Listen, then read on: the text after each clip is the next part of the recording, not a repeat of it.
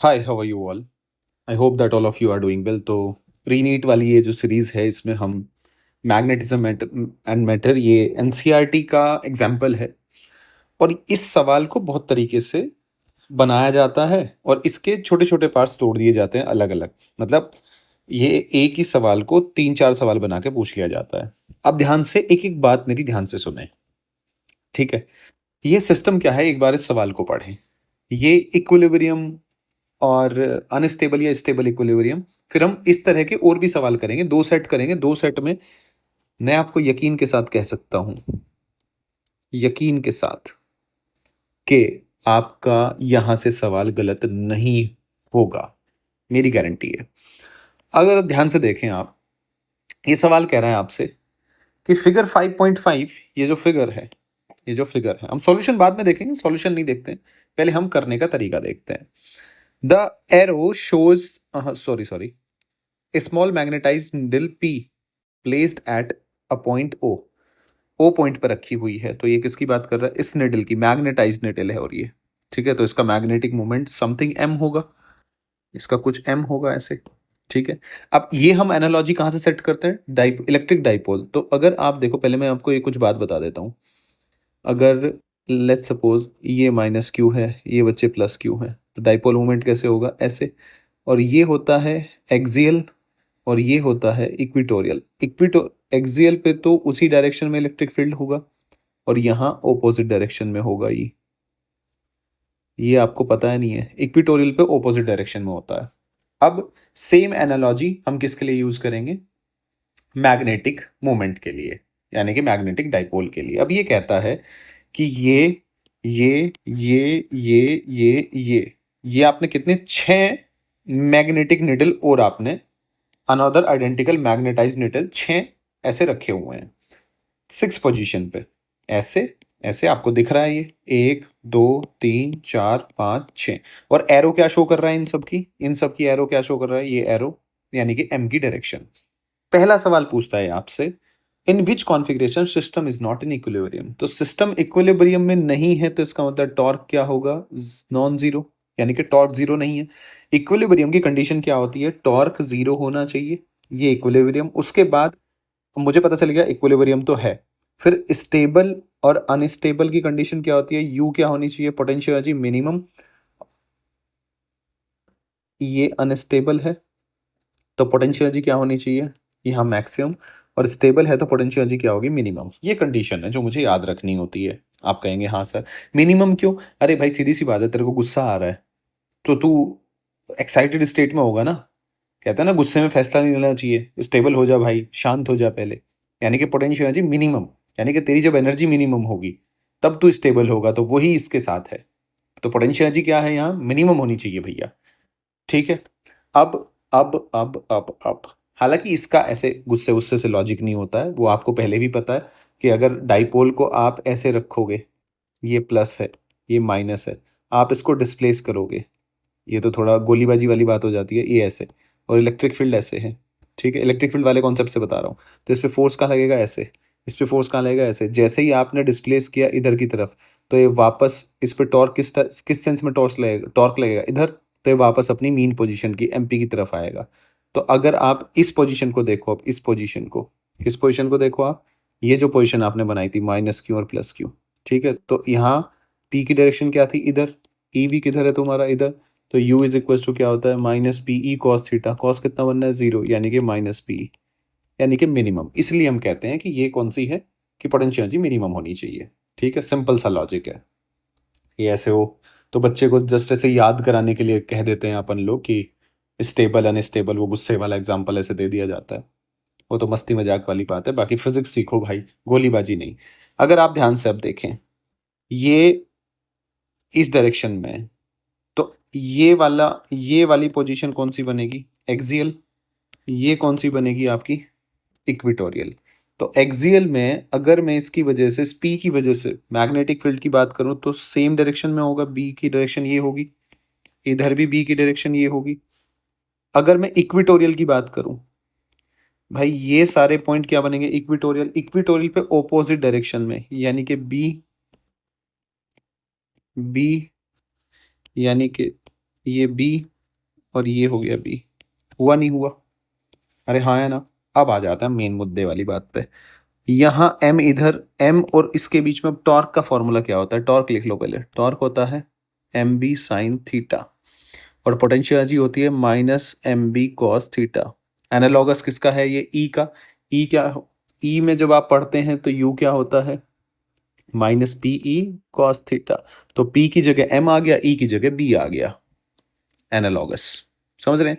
अब sine theta आप ध्यान से देखो, यहाँ एंगल कितना है? 90, यहाँ कितना है? 90। तो ये दोनों कहाँ हैं? अनस्टेबल। बाकी देखो यहाँ क्या बन रहा है? एम इधर है, यहाँ 180 बन रहा है। यहाँ एंगल कितना बन रहा है? यहाँ वाला, यहाँ 0 डिग्री बन रहा है, यहाँ 0 डिग्री बन रहा है, यहाँ देखो यहाँ कितना बन रहा है? 180 डिग्री। कितना बन रहा है? 180 डिग्री। तो 0 और 180 के लिए टॉर्क क्या होगा? हमेशा 0, यानी कि Q1 और Q2 के लिए अनस्टेबल होगा। तो पहले का आंसर क्या आ गया? Q1 और Q2 ये अनस्टेबल होगा, यानी कि PQ1 और PQ2 ये कॉन्फ़िगरेशन कैसी होगी? अनस्टेबल वाली में आएगी। सेकंड वाला, in which configuration is the system stable और अनस्टेबल इक्विलिब्रियम? सिस्टम किस में है? स्टेबल और unstable. Which configuration correspond to lowest potential energy among all the configuration shown? ये बाद में देखेंगे, पहले स्टेबल अनस्टेबल का पता लगा लेते हैं। देखो, अगर आप ध्यान से देखें, potential energy minus M B cos theta, तो u will be equals to minus M B आना चाहिए, यानी कि कॉस कितना आना चाहिए? यहाँ थीटा आना चाहिए 0 डिग्री। तो जहां जहां 0 डिग्री एंगल बनेगा वो स्टेबल वाला होगा, क्योंकि ये तो पता चल ही गया है, ये भी क्या है? ये और ये इक्विलिब्रियम है। लेकिन कौन कौन से हैं देखते हैं। यहां एंगल कितना बन रहा है जी? एम के और उसके बीच में 180 डिग्री। समझना, मैं एक एक पॉइंट समझा रहा हूं, चाहे टाइम कितना भी लग जाए, और आपको ध्यान से सुनना है। आप जितने ध्यान से सुनेंगे सवाल आपका फिर उतना ही फास्ट बन जाएगा। यहां थीटा कितना है जी? 0 डिग्री। यहां थीटा कितना है जी? 0 डिग्री। और यहां थीटा कितना है जी तुम्हारा? 180 डिग्री। तो जहां 180 डिग्री है वहां आएगा प्लस एम बी, यानी कि पोटेंशियल एनर्जी कितनी होगी? मैक्सिमम, क्योंकि कॉस थीटा, कॉस 180 की वैल्यू कितनी होती है? -1। कॉस 180 की वैल्यू कितनी होती है? -1, और माइनस माइनस क्या हो जाएगा? प्लस। तो मैं यहां से कह सकता हूं, आप क्या कमेंट करेंगे यहां से? 0 यहां है और 0 यहां है, यानी कि Q6 और Q3, यानी कि Q6 और Q3 ये कौन सा है? स्टेबल। और दूसरा Q5 और Q4, Q5 और Q4 ये हो गया अनस्टेबल। पता चलेगा जी कौन से निडल स्टेबल, कौन सा सिस्टम एक स्टेबल है और कौन सा अनस्टेबल है? पता चला आपको? डन है। यानी कि PQ5 PQ4। अब एक बार चेक कर लेते हैं, ध्यान से देखो। PQ1 PQ2 एक आंसर हमारा क्या आया था जी? Q1 Q2। समझ गए? आगे आ जाओ। PQ3 PQ6 स्टेबल, हमारा आंसर क्या है? PQ3 PQ6 मैच कर रहा है जी। Q4 Q5 unstable. अगली वाली पे आ जाओ। Which of the configuration correspond to lowest. ये इतना इतना पार्ट समझ गए ना आप? इतना पार्ट समझ गए तो अब मैं इसको थोड़ा सा मिटा देता हूँ, क्योंकि मेरे को फिर जरूरत पड़ेगी अगले वाले में। फिर से लिखना पड़ेगा ना चीजों को। ध्यान से देखो।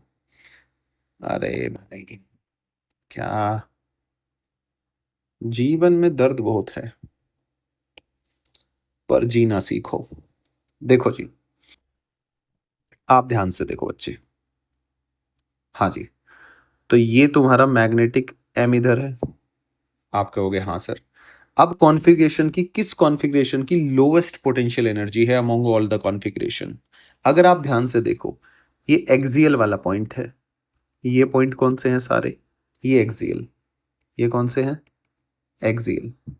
और ये पॉइंट कौन से हैं जी? ये हैं जी इक्विटोरियल। ठीक है। इक्विटोरियल पे जो मैग्नेटिक, एक्सियल पे जो होता है, एक्सियल पे जो होता है वो ट्वाइस ऑफ तुम्हारा इक्विटोरियल होता है। एक इलेक्ट्रिक फील्ड में भी ये बात पढ़ के आए हैं ना, ई एक्सियल। वही बात इसने, देखो नॉर्मल बाइसेक्टर पे यहाँ है और ये बी एक्सिस पे कितना है? ट्वाइस है उसका, यानी कि 2 गुना है उससे। कितना गुना है? 2 गुना। ये फिक्स है, अपन याद रखते हैं इसको। अब पोटेंशियल एनर्जी निकालने के लिए क्या करते हो आप? पोटेंशियल एनर्जी निकालने के लिए आप लिखते हो minus M B cos theta. तो पहली बात तो मिनिमम कहाँ कहाँ आई थी मेरी? मिनिमम आई थी सिर्फ 2 में, जहां एंगल मेरा कितना बन रहा था? मेरा 0 डिग्री। और 0 डिग्री कहाँ बनेगा मेरा? ये हो गया तुम्हारा बी की वैल्यू। फिर तुम्हारे बी की वैल्यू वो तो ऑपोजिट डायरेक्शन में ही है, फिर तुम्हारे बी की वैल्यू सेम डायरेक्शन में यहाँ। तो यानी कि इस कॉन्फ़िगरेशन और इस कॉन्फ़िगरेशन में थीटा कितना आ रहा है, 0 डिग्री, जो स्टेबल वाली थी। तो इन दोनों में से ही मिनिमम आएगा भाई। इसके लिए तो cos 90 क्या हो गया, 0, ये 0 हो गया, ये पॉजिटिव आएगा तो ये तो मैक्सिमम चला गया, तो नेगेटिव वाली वैल्यू मिनिमम में आएगी। तो मिनिमम में भी आप मुझे ये बताओ ये कौन सी पोजीशन है। एम तो दोनों का सेम है, आइडेंटिकल है, एम भी सेम है, यानी कि बी, यानी कि बी जिसका ज्यादा, बी जिसका ज्यादा, यानी कि एक वैल्यू आ गई u इज इक्वल टू, ये मान लो ये इक्वेटोरियल है ना, और ये कौन सा है, एक्सियल। तो एक्सियल क्या होगा, ट्वाइस होगा। ये मान लो मैंने बी की वैल्यू यहां मान ली 4 टेस्ला, तो ये डबल होगी ना, 8 टेस्ला। ठीक है, तो यहां u कितना आया, जैसे ऐसे सिंपल मान लेता हूँ, m1 मान लेता हूँ, m की वैल्यू 1 समझाने के लिए ले रहा हूँ, m की वैल्यू 1, तो ये -4 आया जूल, और एक आई -8 जूल। कौन सा मिनिमम है, आई होप ये -8, यानी कि आपको सीधा सीधा दिख रहा है जो एक्सियल वाला है वो मिनिमम होगा, यानी कि PQ6 इसका आंसर आएगा। PQ6 आपको समझ में आया, मैंने नंबर से लेके समझाया आपको। वो कैसे, क्योंकि यहाँ मैग्नेटिक फील्ड की वैल्यू क्या होगी, आधी इसके, आधी, क्योंकि ये वाला एक्सियल है ना, एक्सियल पे 2 गुना होती है इक्वेटोरियल के। डन है, तो इसलिए वो मैंने अगर यहाँ बी की वैल्यू 4 मान ली तो यहाँ कितनी हो जाएगी, 8। अगर आप 8 की गुना करोगे तो -4 और -8 कौन सा छोटा है, नेगेटिव नंबर जो बड़ी वैल्यू होती है वो कम होती है, तो -8 मिनिमम की तरफ आएगा।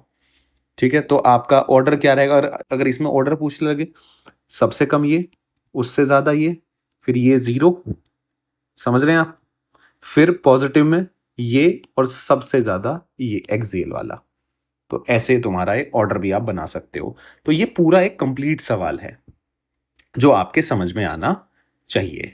अब इसी बेस पे टॉर्क में, और मैं आपको यकीन बताऊं, ये वाला जो सवाल है, ये वाले जो सवाल है, ये एनटीए ने इनमें से 4 देता है, और अब तक 2 बार पूछ चुका है। 21 में भी आया था ये सवाल एनटीए, कि इक्विलिब्रियम बताओ कौन से में। तो आपको बस इक्विलिब्रियम बताना है कि कौन से में, इसमें इसमें इसमें इसमें इसमें इसमें स्टेबल इक्विलिब्रियम बताना है। तो आप इसमें ढूंढो। स्टेबल के लिए सबसे पहली कंडीशन क्या होती है, टॉर्क क्या होना चाहिए, 0। तो आप एक बार टॉर्क देखो, टॉर्क कैसे निकालोगे आप, देखो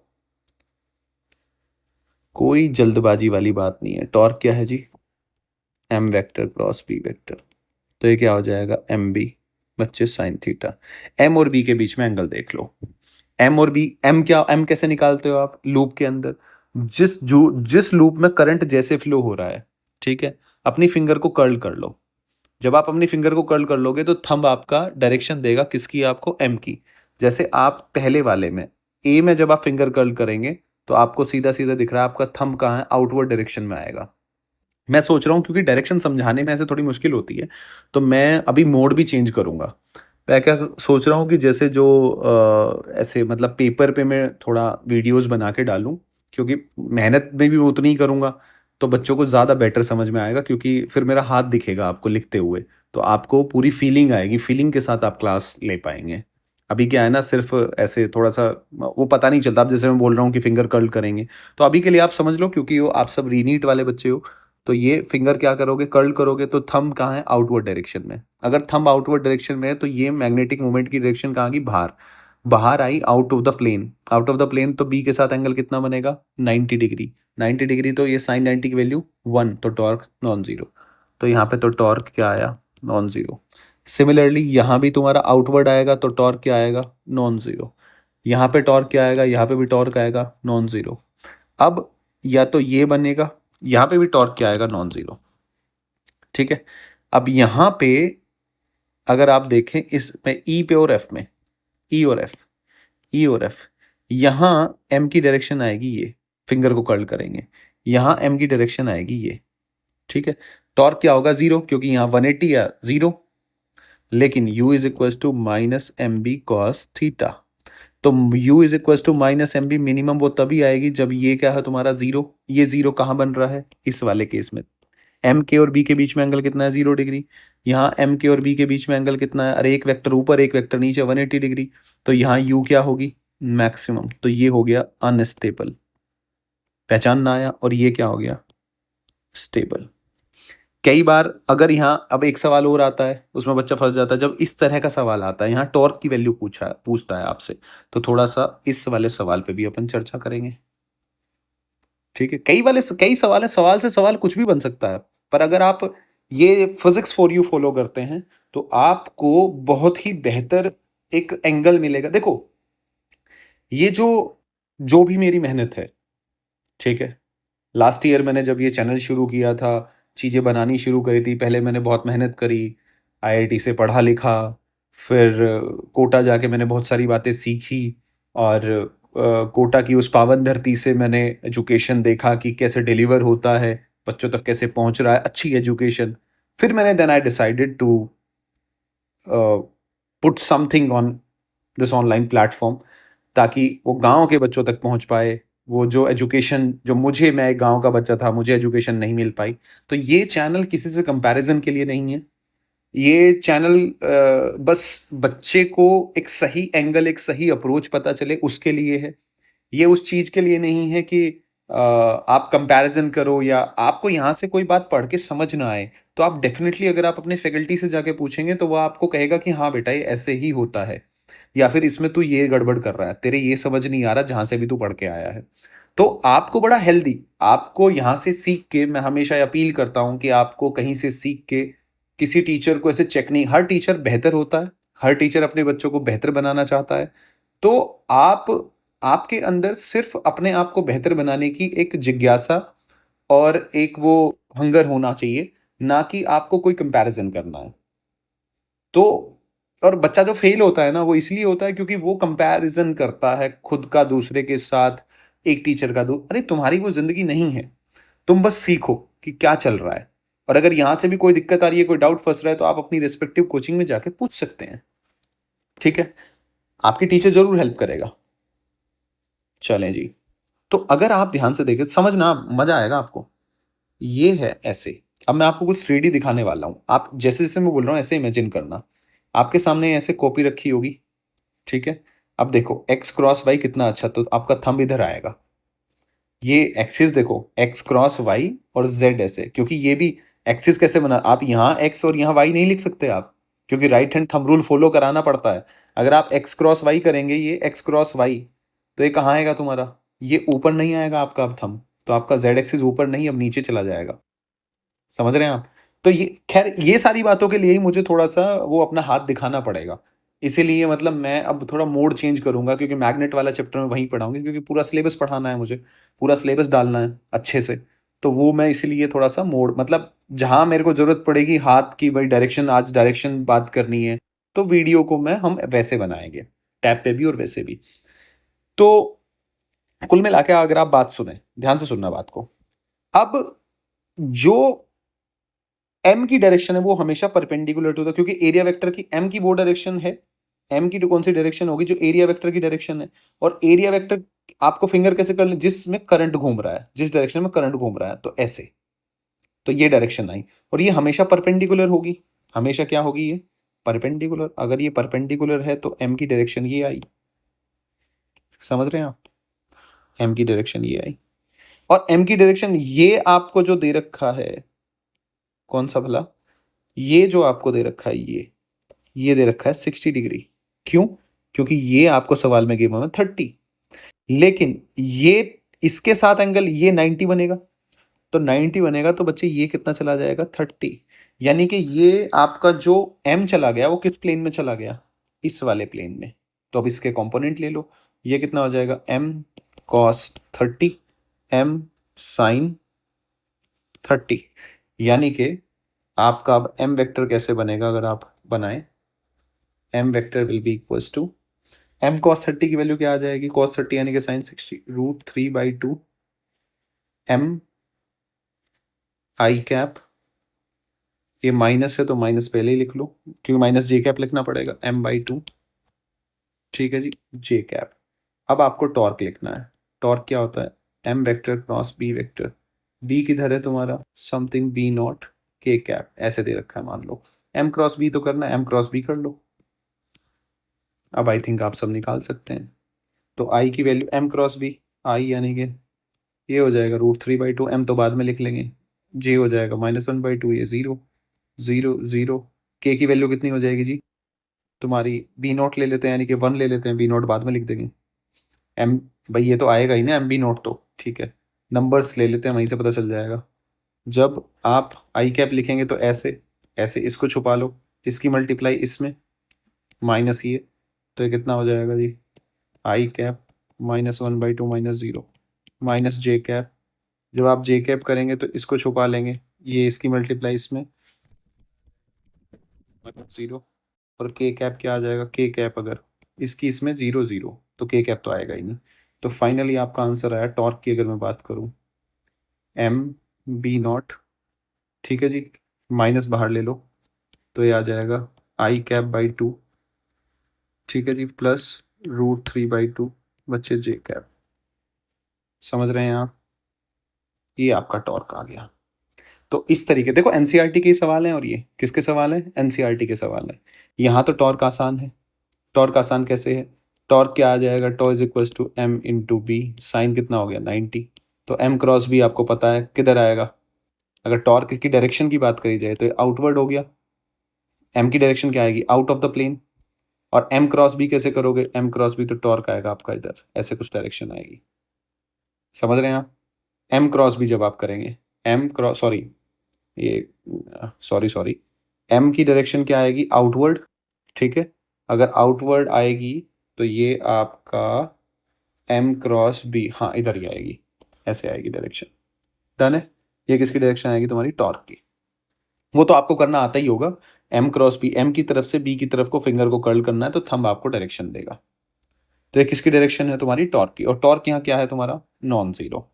टॉर्क कैसा है, नॉन जीरो। डन है। आई होप कि आपको ये मेरी बात समझ में आ रही होगी। क्लियर है जी ये बात। तो ये कुछ कुछ बातें मैंने जो आपसे डिस्कशन किए हैं, ये दो बातें, एक तो ये और एक उस वाले क्या नाम है जो अभी मैं यहाँ डिस्कस करके आया था आपसे,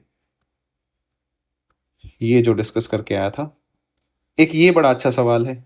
ये भी मैं खैर मैं जो पेपर बना रहा है उसमें मैंने स्टेटमेंट डाला है, ये बड़ा ये आ सकता है, ये भी ध्यान रखना कि ये ऐसे आ सकता है कि every magnetic configuration have north pole and south pole. तो बच्चा क्या सोचे, हाँ यार मैग्नेटिक कॉन्फ़िगरेशन तो नॉर्थ पोल साउथ पोल होता ही है, क्योंकि वो तो एक दिमाग में रहता है ना, मैग्नेट के अंदर नॉर्थ पोल साउथ पोल होता ही है, हमेशा साथ साथ एग्जिस्ट करते हैं, मोनोपोल एग्जिस्ट नहीं करता। लेकिन नहीं, अगर आप टोरॉइड की बात करें तो टोरॉइड में मैग्नेटिक मूवमेंट कितनी होती है, जीरो, और मैग्नेटिक फील्ड लाइंस होती हैं ऐसे सर्कुलर, अगर आपको याद हो तो टोरॉइड में।